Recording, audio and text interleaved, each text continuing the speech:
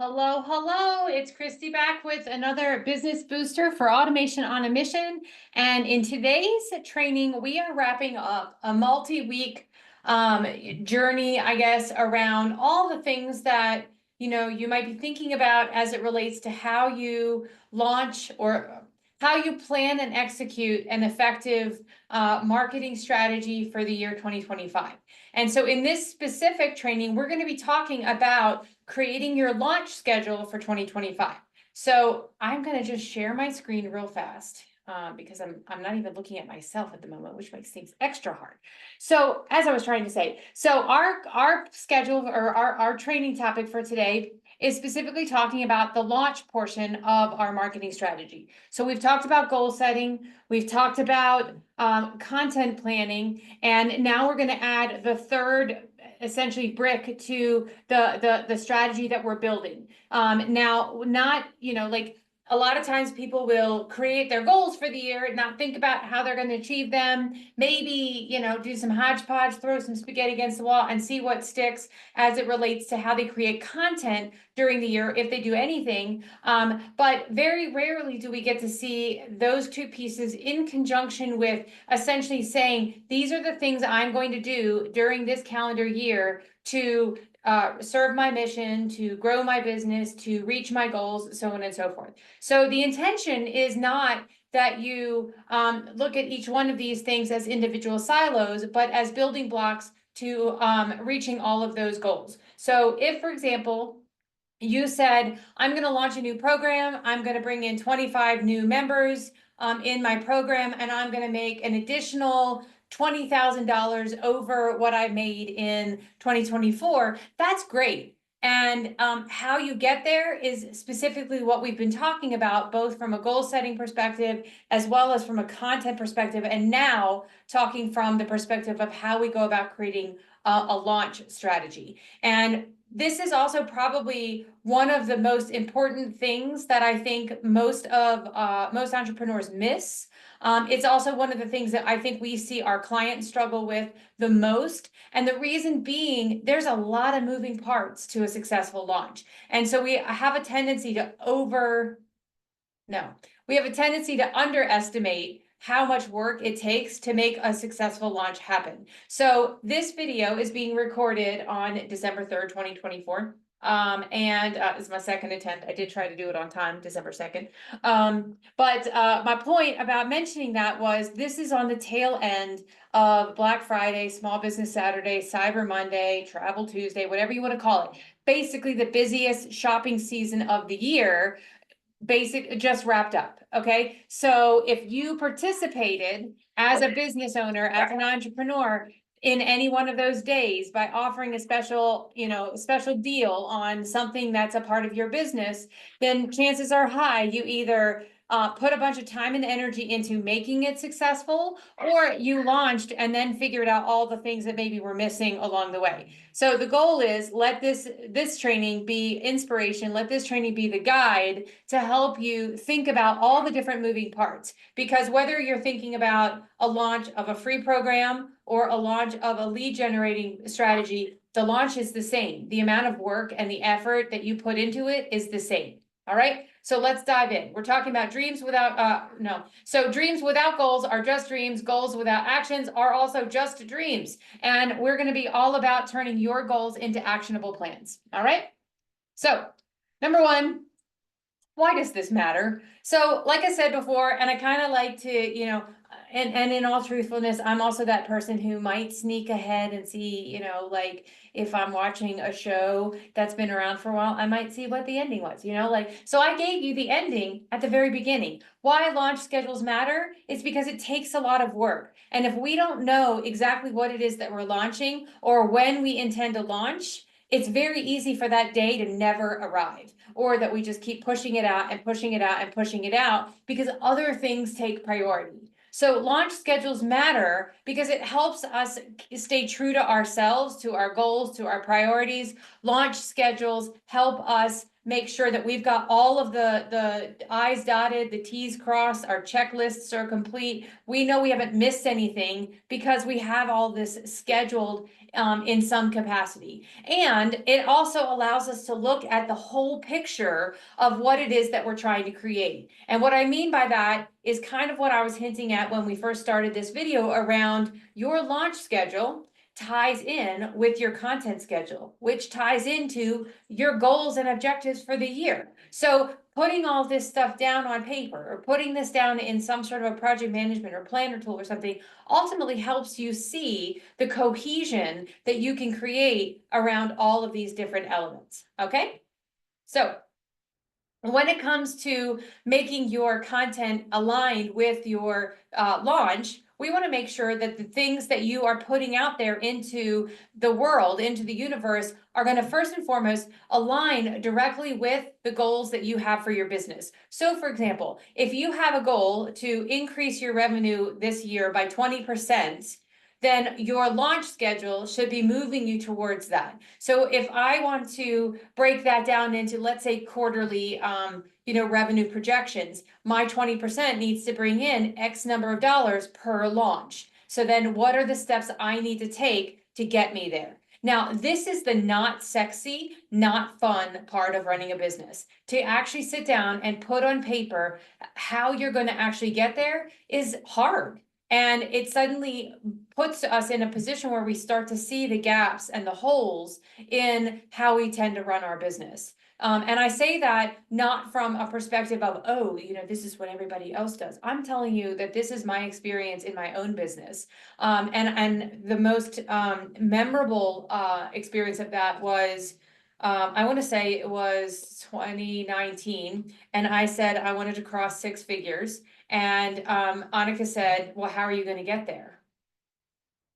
I'm just going to work real hard, and for the record, that doesn't work. So, did I get there? I honestly can't remember. But moving forward, when I started to take the goal setting more seriously, and also utilizing the tools that I teach, remember, I didn't necessarily always drink my own Kool-Aid. I found it was a lot easier to say, this is the thing I'm going to do, and these are the levers and the buttons I'm going to pull and push to get me there.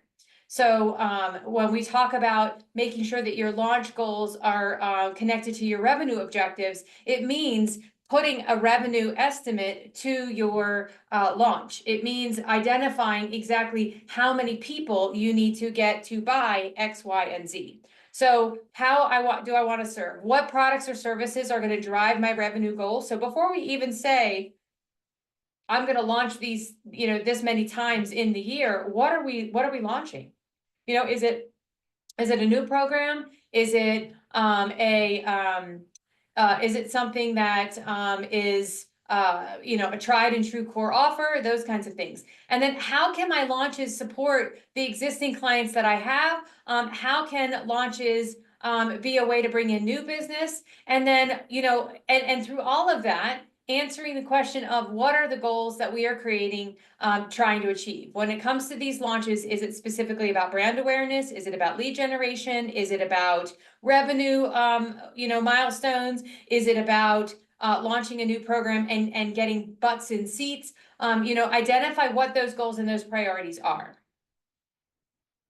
So I kind of hinted at this just a second ago. What will you launch? So to say, I'm going to launch 4 times in this year is one thing. To say I'm going to launch 4 times in 2025 and these are the things I'm going to launch is a whole different story. So let's use the number 4 as an example. What if you created 4 different launches in 2025 and 2 of them were for your existing clients or people that you've worked with in the past, and 2 of them are for ways of generating new business?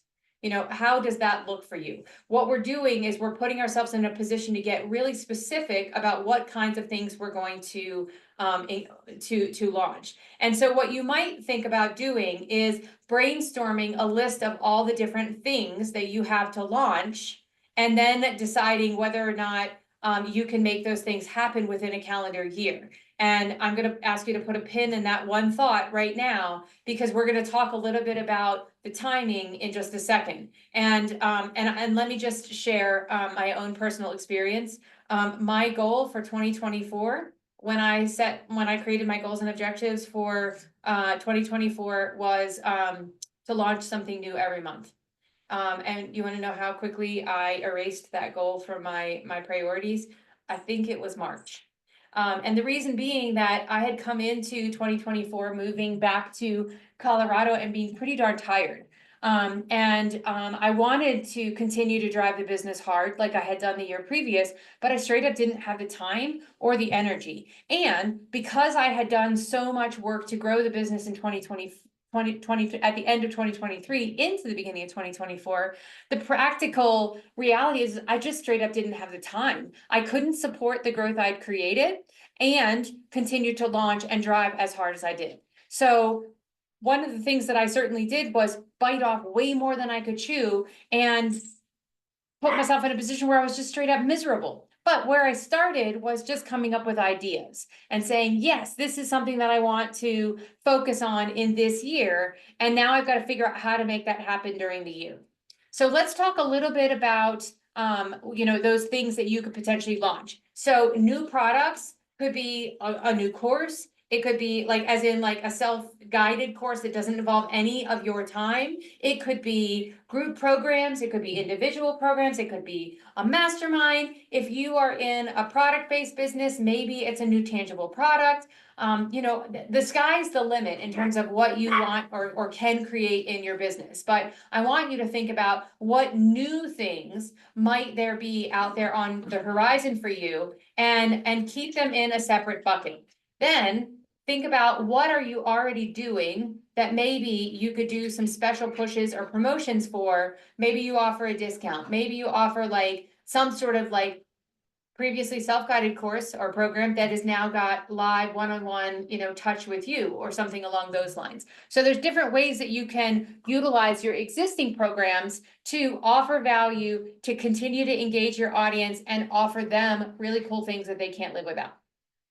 And then the other thing to be thinking about in terms of what you're launching is, and the timing of this is really quite perfect around seasonal or event specific launches. So if you are, for example, like if you are in the business of intimacy coaching, for example, maybe Valentine's Day is a hot period of time for you. If you are in the business of selling insurance, like health insurance, or you're one of those people that pairs people up with the right kind of insurance on the marketplace, the end of the year is a hot time for you. And maybe you've got specific launches associated with that. Notice that it doesn't have to be, a launch doesn't have to always result in buy my stuff, buy my stuff, buy my stuff. It could just be attending a webinar or, work with me to help you find the right insurance policy for you, that sort of thing. It's totally up to you as to how you want to think about it. The other piece that I was starting to talk about and then sort of lost track of is in terms of event specific launches is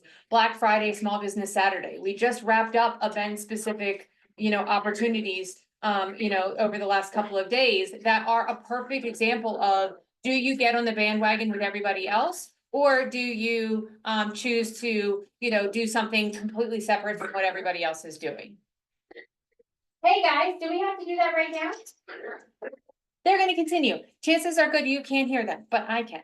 So my apologies. So I kind of told this story about my own experience coming into 2024, and I want you to be thinking about that same impact in your business, because the amount of time it takes to launch is frequently underestimated. So when it comes to planning your launch timing, and I may have gotten myself here. Let me go back. I'm going to go back to that. So, because this is what I was actually talking about. So my apologies. So giving yourself enough time to prepare. So I like to think about the enough time to prepare is about 45 days. 45 days from the time that you open cart is when you really need to be like, boots on the ground, getting the work done, and getting everything organized. And when we talk about the things that need to get organized and the things that people oftentimes overlook, a launch, whether it's for paid products or free programs, et cetera, are going to include landing pages, So, and that's going to involve creating at least a page where you opt in or sell something and a thank you confirmation page. And both of those need to be done with quality. We don't want to rush through this process because this is our first impression with them. This is where we sell ourselves. We sell our offer, whether there's money or personal information attached to it. The point being, it takes time to create a really good landing page, opt-in, purchase page, thank you, confirmation, et cetera, et cetera. So making sure that we get that taken care of, that it's client-centric, that it's conversion-focused, and that all the pages are complete and that they work as intended. So that in and of itself can be a big time suck, or a big time investment. Making sure that we've got emails. Again, a huge area that people have a tendency to forget. Emails is not one and done. And if we break emails into 3 different sections, we've got the emails that are for promotion, emails for confirmation and reminders, and then emails for follow-up. And so what I mean by that is, if you think about, and for me, every time I do a launch, it's 3 different automations. Email, or automation 1 is going to be for our promotions, and I'm announcing, I'm generating interest. I'm, okay, alrighty, the doors are open, buy now, sign up now, all of that stuff. That's our promos. So we write a series of emails for promotions, and then we set those up in our automations. When somebody does the thing that we want them to do, fill out a form, buy the thing, we want to make sure that they get onboarded correctly. So they get confirmation that their action was successful. And they not only get that in the thank you, on the thank you page, but they also get that in their email. It helps lay the framework or the groundwork for what happens next. And if you're doing something that's live or something that happens on a specific date, then you want to make sure that you have what I call show up emails or show up reminders. So those things that go out in the days leading up to that event. So if it's a mastermind, if it's a membership program with an official start date, if it's a webinar that has an official date, all of those things need to have a series of emails that tell them, yes, you've signed up. Yes, you've made your purchase. Here's what you paid for. Here's what you can expect. Here's how you do all those things. And we do it repeatedly. Why do we do the promotions and the reminders repeatedly? Because we need it as consumers. We can't expect that one email is going to be enough. And I love to use the example of my lead magnets as a perfect example. I have some lead magnets that people will request over and over and over again, because rather than go and find where they got it the first time in their email history, they'll just go and sign up for it a second time. So then it's at the top of their inbox. When you send out those reminder emails, you're doing the same thing. You're putting it at the top of their inbox. You're making sure that that thing that they committed to stays top of mind, and you're making it easy for them. So promotions need to be multiple touches, multiple reminders, multiple invitations. Reminders need to be the same thing, leading all the way up to whatever the start is. If you're buying a service or a product, that same process should be the case for onboarding a new customer.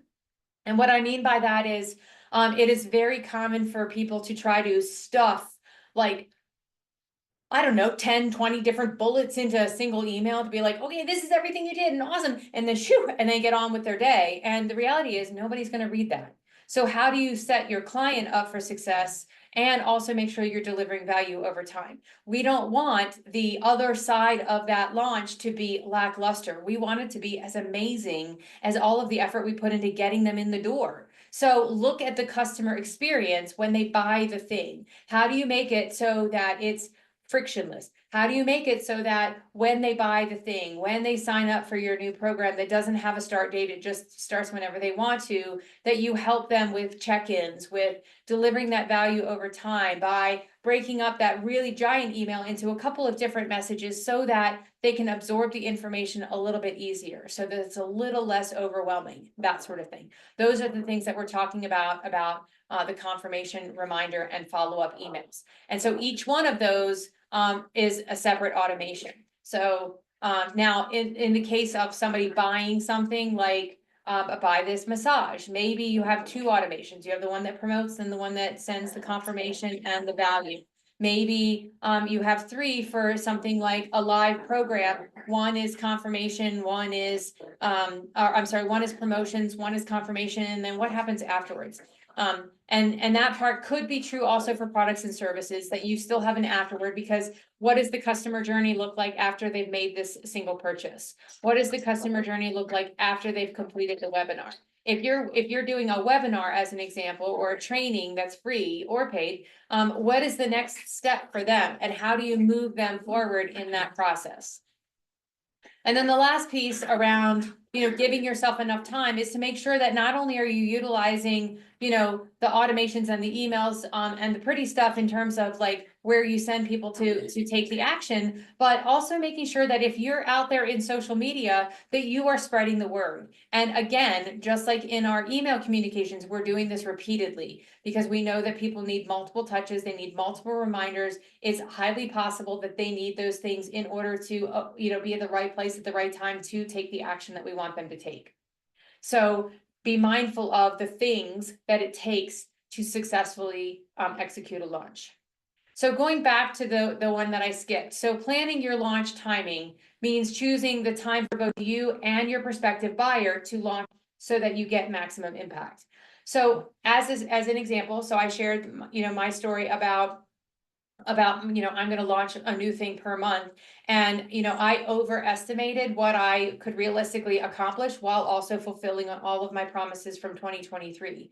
So I needed to be more mindful and respectful of my own energy, of my own time. But the other thing to be considerate of is the energy and the time and the mindset of the people that you're exposing your launch to, your offer to. So if you are launching with such high frequency that's all they ever see and hear from you, how does that impact your relationship with them? How does that change the way they see the work that you do? Are you giving enough balance between the content and the value, and also buy my stuff, buy my stuff, buy my stuff?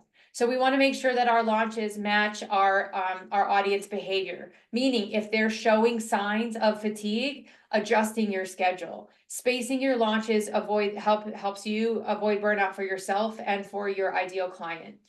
Utilizing those special holidays, capitalizing on that can be a really effective strategy because people are already in that mindset. One of the things that I considered last year and again this year is, do I want to do the opposite of Black Friday? Like, do I want to wait until after everybody else has shut their offers down? Or do I want to do it before that? Do I want to do it during? Like maybe I stand out if I start early, or if I start like when everybody else has shut theirs down.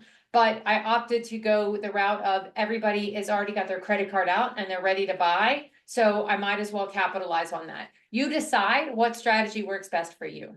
And then again, allow time for planning, for creating, for testing, and executing your launches. And that's the thing that I think causes the greatest place for stumbling, is that we don't give ourselves enough time. We rush through the process, and mistakes happen. Mistakes in emails, mistakes on landing pages, somewhere a ball gets dropped, and we don't want that to happen. And it doesn't have to if we give ourselves enough time. So when it comes to your launch timing, I want you to be thinking about, somehow I think that is a duplicate. I knew that there was something out of order there. My apologies. So next, I want you to be thinking about what is the framework for, how you get these launches out the door. Now, I've kind of already laid it out for you, but let's talk about it again from this perspective. If we break it up into 3 different stages, it is the pre-launch, the launch, and the post-launch. So during the pre-launch, you're talking about it. Now you can have your, so I want you to think about this from the perspective of, we're going to build excitement, but we're not going to open the cart.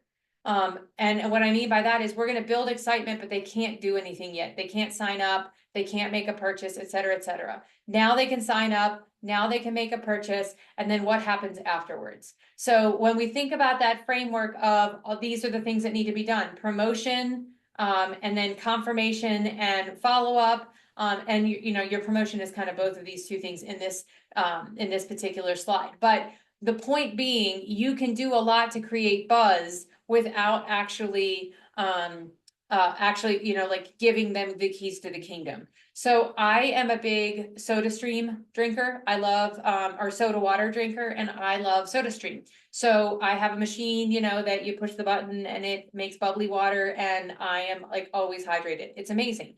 One of the cool things that I found, so I've been buying these CO2 canisters from one company for years, pretty much since the start of the pandemic, because you couldn't go into a store and buy them. And so I found this subscription program. Well, up until a week ago, that subscription program only did trading in of CO2 cartridges. But 2 weeks ago, they started talking about how they had something new and exciting on the horizon, and I'm going to be super excited about it, and I need to pay attention. And they sent out repeated emails letting me know that something was coming. And then when it actually came time, turns out they were releasing their own soda water maker and yada, yada, yada. Now, had it have been a week earlier when I had broken mine, perhaps I might have been, ready to swipe my card, but their timing was all off for me. But my point is, I was waiting to see what they were gonna do. And I was really curious what their offer was gonna be, because they made a really big deal about it, like, were they gonna lower their prices? Were they gonna, offer me, like concierge, or who knows, I don't know. But instead of saying, okay, ta-da, we've opened the cart, they created a bunch of hype around it. So that's essentially what you're trying to do there. And then you make it available for them to do the thing that you want them to do. Because again, they've got that FOMO, like, what am I missing, So it is a strategy. It does not have to be your strategy. Next, when it comes to, that is not the right slide.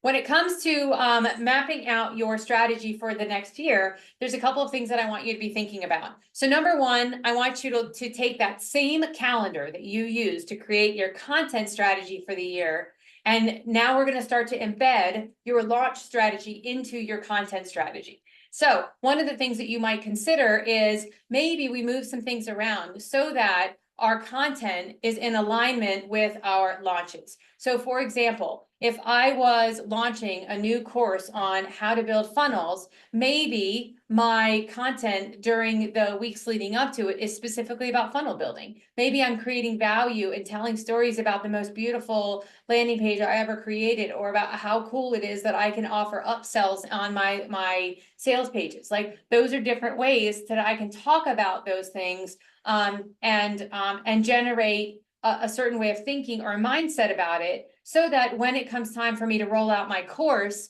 I've already got my audience primed. They're already warmed up to this specific thought process. So I'm not asking them to go from a parked position to third gear. I'm warming them up to first and second gear simply by talking about the same topic in my other content. So in an ideal world, your launch strategy complements your content strategy. So plot your major launches on your calendar so you know what the whole big picture is. Plot it on the same calendar you use for your content strategy.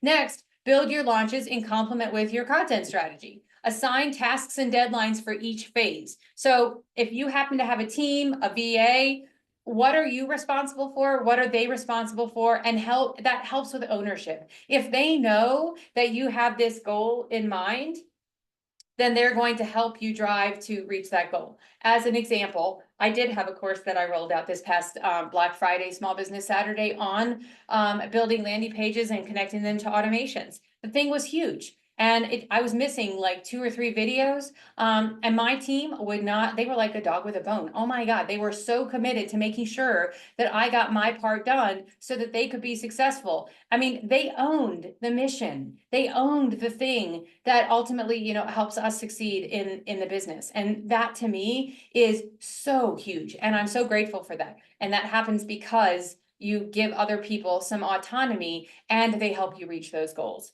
And then the next piece about that is adjusting the timing as needed for flexibility. So one of the things that I definitely learned in the beginning of this year was, perhaps what I put on paper isn't necessarily the most practical when I get into the weeds of it.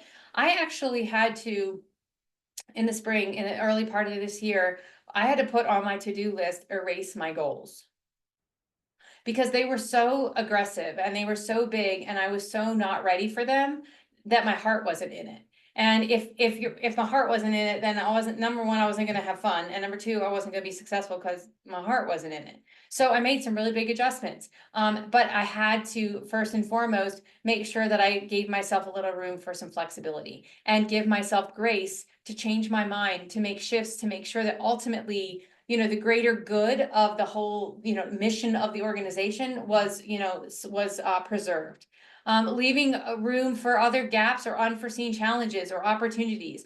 Maybe it could be, you know, on the challenging side, maybe you get really sick, or you have a family member who needs your care. On the opportunity side, what if an opportunity of a lifetime comes, a chance to partner with, you know, this dream person, and you need to free up space to make that happen? In those instances, giving yourself permission to make adjustments, like, doesn't mean, you know, throw in the towel. It means move those things around or adjust your expectations so that you can still do the things that you want to do and also leave room for those amazing opportunities.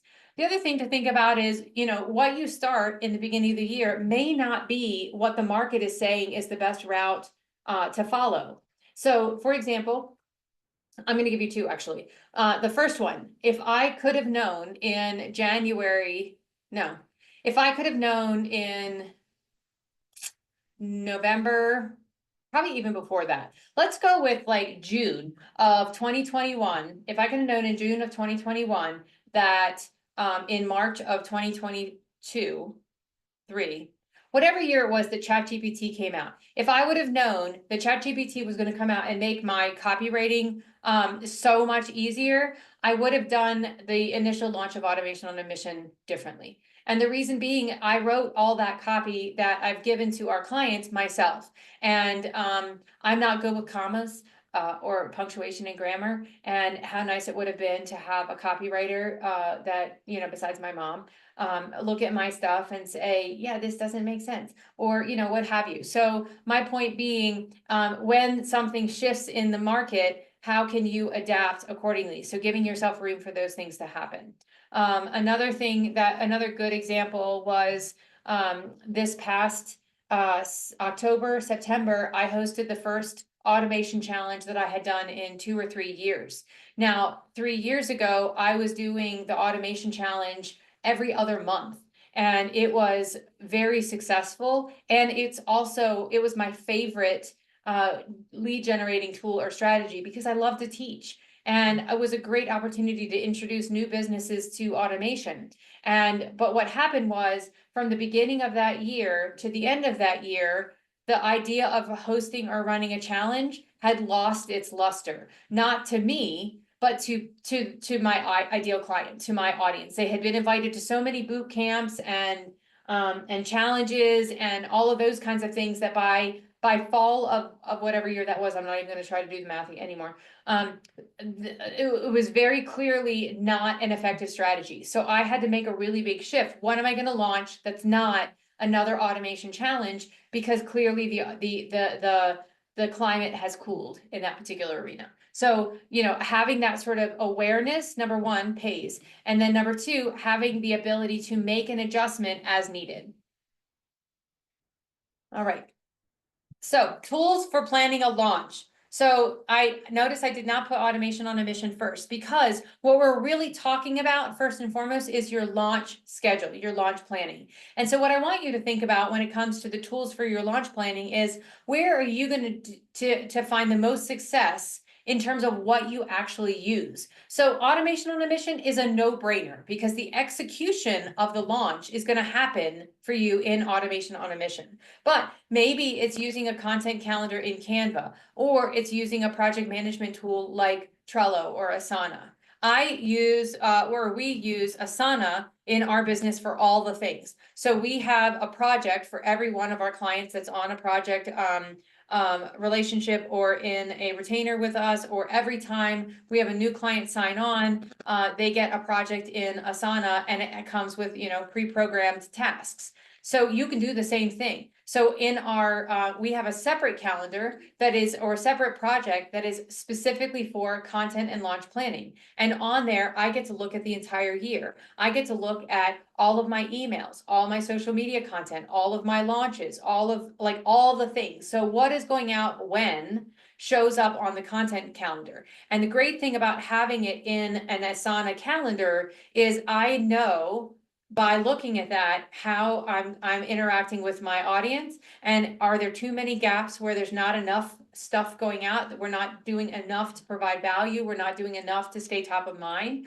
Or am I at risk of potentially overlapping? Because the other side is I don't need to be sending multiple emails a day to my audience. I want to make sure that I am giving the right amount of content and the right kind of content. And so I do that by using a content calendar to say, so this is my social content, this is my value added content, this is how I'm generating, new awareness, brand awareness, generating new leads, launching a new program that, is designed to sell something. All of that sort of stuff is possible because I can look at my entire year and say, okay, I've got gaps here. I've got an overabundance of things here. Maybe we need to move things around so there's a little bit more balance. So I think Asana and Trello are an amazing tool for that.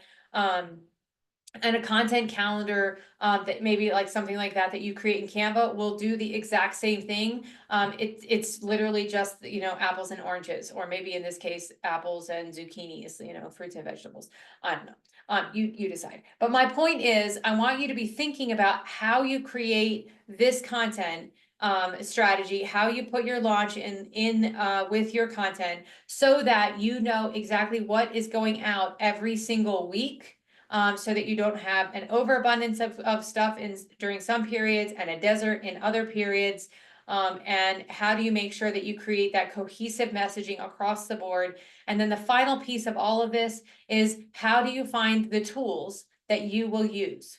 So whether you use a content calendar or project management, or you use the pipeline in Automation on a Mission, doesn't matter. What matters is that it's the strategy that works best for you. We've got several clients that are more paper based, so they would prefer to write stuff down. Totally fine.